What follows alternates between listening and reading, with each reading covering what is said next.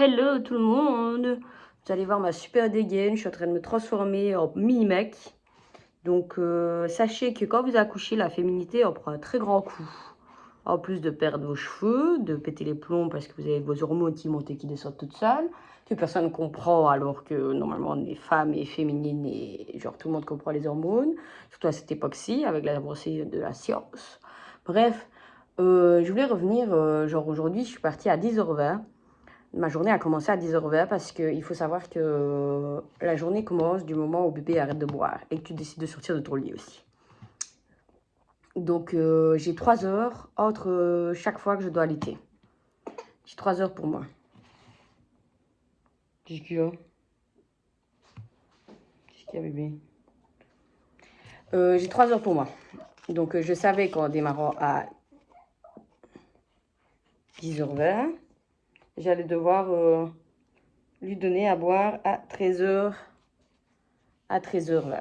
Maximum, grand max, puisque ici il est exactement, comme j'avais dit, la vidéoscope. Donc, il est exactement midi 20. Et bébé réclame à manger, puisqu'il est réglé comme une horloge. Donc, lui, c'est toutes les 2 heures qu'il réclame à manger. Donc, j'ai 2 heures pour vivre, entre guillemets. J'ai été à la boîte à doudou. C'est horrible parce que quand j'ai fait ma liste de naissance, ben, il n'y avait pas autant de trucs que ce qu'il y a maintenant. Déjà, le miroir de voiture, le truc pour ranger les accessoires dans la voiture. Qu'est-ce qu'il n'y avait pas encore tous les trucs trop mignons pour l'été, genre les bonnets, les maillots de bain. Il n'y avait pas le baby move que j'ai mis sur ma liste Amazon. Donc c'est un truc genre que ma voisine va me prendre.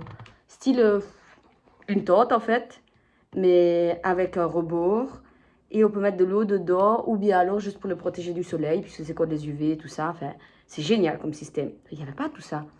Qu'est-ce qu'il n'y avait pas aussi pour la baignoire, par exemple, pour un rétrécisseur de baignoire, en fait. Donc, à la place d'acheter carrément une baignoire, ben, vous placez juste bébé, que ce soit de la douche ou la baignoire, parce qu'il y en a qui m'ont expliqué qu'ils faisaient ça carrément de la douche. Ben, c'est un petit divan où bébé est posé dedans, en plastique, pour le mettre dans la douche ou la baignoire. Ma tête est horrible et je déteste me regarder là. Il faut vraiment que je fasse quelque chose.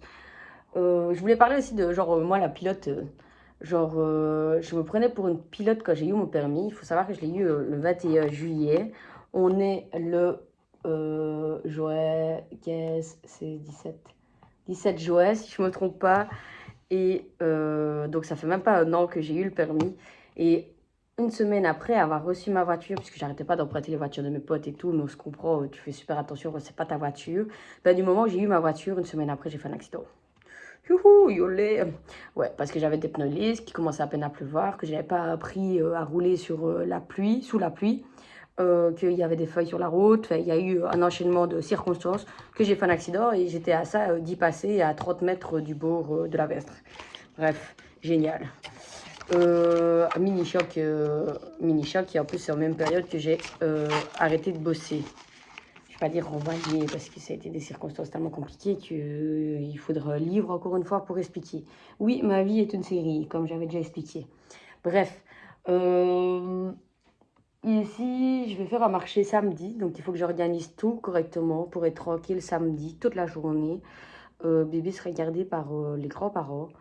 Je me réjouis trop parce que ça sera une petite journée pour moi. Après 3 semaines de bébé, on devient un peu zaza et on a vraiment besoin de ce moment de décompresser, de sortir en fait. Surtout quand on est quelqu'un comme moi qui adore chez soi, mais qui a besoin de voir d'autres choses, qui a besoin de sortir. Donc bref, aujourd'hui j'ai été à la boîte à doudou. Encore toute une histoire. Heureusement que j'avais la camionnette. Donc j'ai pu aller avec la camionnette qui était remplie, dont j'avais encore envie d'acheter tout le magasin tellement que c'était beau, parce que c'était bien plus beau que quand j'avais été. Mais il faut savoir aussi que, je sais pas combien de fois je dis il faut savoir, je crois pas que je l'ai dit tant que ça. Pendant la grossesse, on est fatigué, on n'a pas le moral à 100%. Les gens autour de soi ne comprennent pas spécialement, donc c'est difficile de se faire comprendre de cette humeur, parce que après 9 mois d'avoir une humeur exécrable, ben, même nous, on se dit qu'on est comme ça en fait. Alors qu'on sait qu'on n'est pas comme ça dans la vraie vie. Mais on commence à penser qu'on est réellement comme ça. Alors qu'on n'est pas du tout comme ça. Mais donc 9 mois de grossesse, mon copain, il faisait ce qu'il pouvait. Enfin, il souffrait surtout.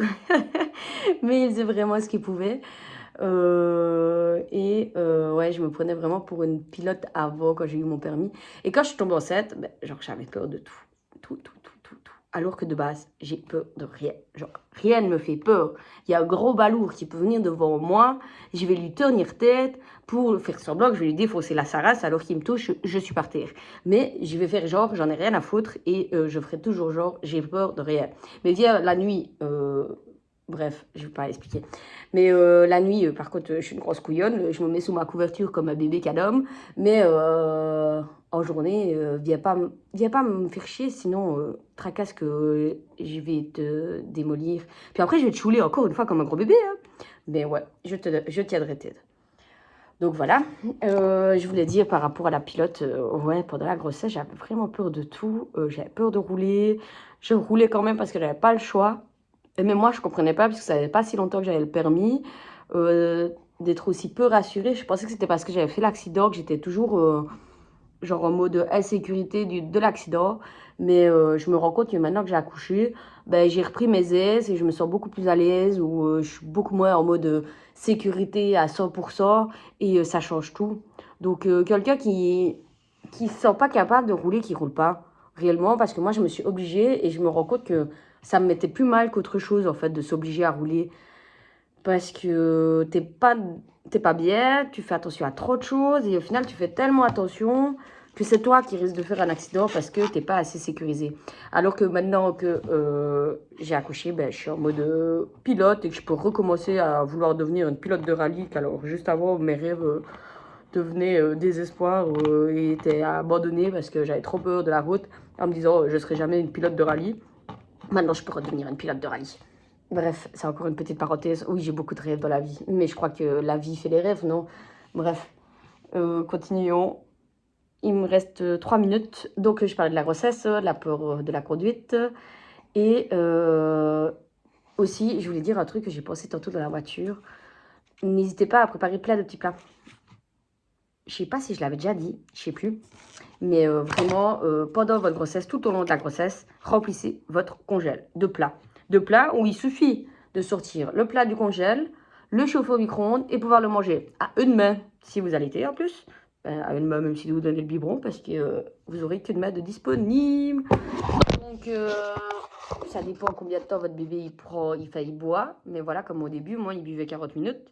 C'est ce qu'il voulait boire, plus ou moins. Ben, dites-vous, pendant 40 minutes, vous avez une main. Alors, si vous avez déjà eu un plâtre, un bras cassé ou des trucs comme ça, vous savez ce que c'est. Mais si vous n'avez jamais fait ça, réfléchissez avant d'accoucher à ce que vous allez pouvoir faire avec une main. Parce que... Et puis même, il faut trouver des occupations. Moi, j'ai téléchargé le jeu de cartes solitaire qui m'a vite lassé. Je me suis fait restreindre de Facebook parce que ça m'a vite lassé. Enfin, lassé, non. Genre, je m'éclatais trop à commenter tout et n'importe quoi. Et ouais, je fais mes petites vidéos parce que comme ça m'occupe. Mais vraiment, trouver des occupations parce que vous aurez une main donc, avec un poids et une main libre. Et très souvent, vous serez trop fatigué pouvoir vous déplacer avec le bébé, parce que le bébé pèse quand même son poids, même si c'est pas énorme, à force, ça devient quand même un gros poids.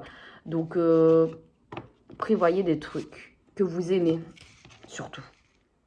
Donc, voilà. Voilà. Et je crois que je vais arrêter là. J'avais pas grand-chose à dire aujourd'hui.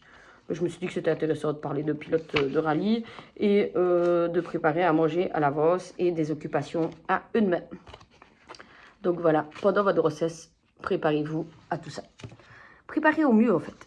C'est le mieux à faire. Comme ça, quand vous accouchez, ben, vous avez l'esprit tranquille. Vous ne serez déjà pas l'esprit tranquille de base, parce que n'importe quel accouchement, c'est compliqué. Et on a toujours peur que quoi que ce soit arrive.